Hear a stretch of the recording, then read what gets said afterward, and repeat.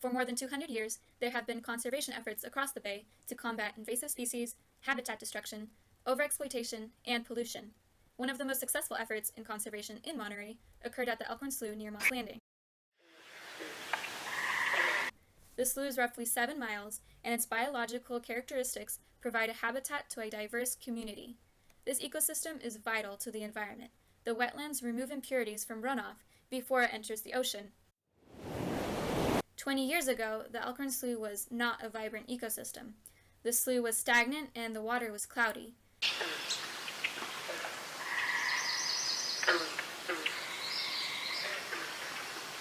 There were roughly 20 male otters that inhabited the slough.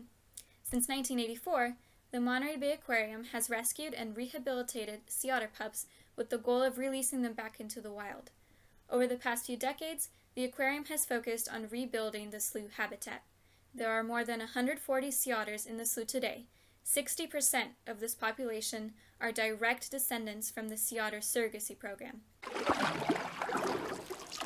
The growth in the otter population dramatically transformed the slough. Now, the slough has clear water, and the abundance of algae-free eelgrass provides a stable habitat to fish. Hi, my name is Ron Evie.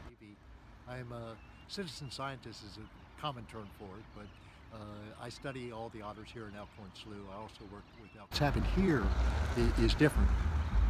The aquarium has a surrogacy program where they raise stranded otters. So you have an otter pup that some reason was separated from its mother, and so they'll take that otter and they'll raise that, and they've learned how to do that very effectively and to use other sea otters as surrogate moms and help raise those pups. And now they've been releasing them here in Elkhorn Slough. This is an ideal spot because it has plenty of food for them to eat. There are no predators in here, so there's no sharks that come into Elkhorn Slough, and the survival rate here has been very good. So according to the aquarium, about 60% of the otters here in Elkhorn Slough are actually a result of the surrogacy program. Here we have about 120 otters here in Elkhorn Slough. It's the highest density of otters anywhere in their area, and it's largely a result of the surrogacy program.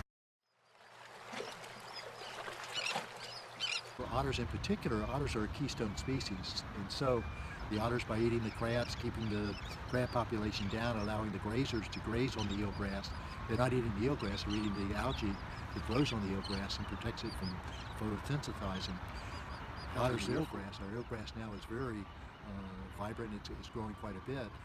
Again, that's absorbing all the carbon, helping store it down in its roots. It's helping reduce the tidal flow by slowing the currents and stopping the silt and all. So otters just aren't just an iconic species that draws all the tourists and provides us money from that, but they're actually helping Elkhorn Slough as an estuary survive.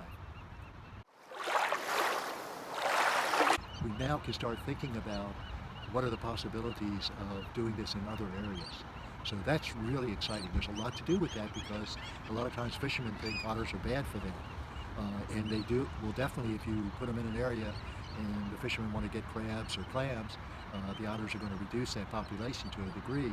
But on the other hand, by restoring eelgrass beds and like that, and the otters keeping that in check, we'll have more fishes out in the ocean. 60% of the fish out here actually come from Elkhorn Slough. This is our nursery where they grow and stuff. So I would say it's been a big success because of what it shows.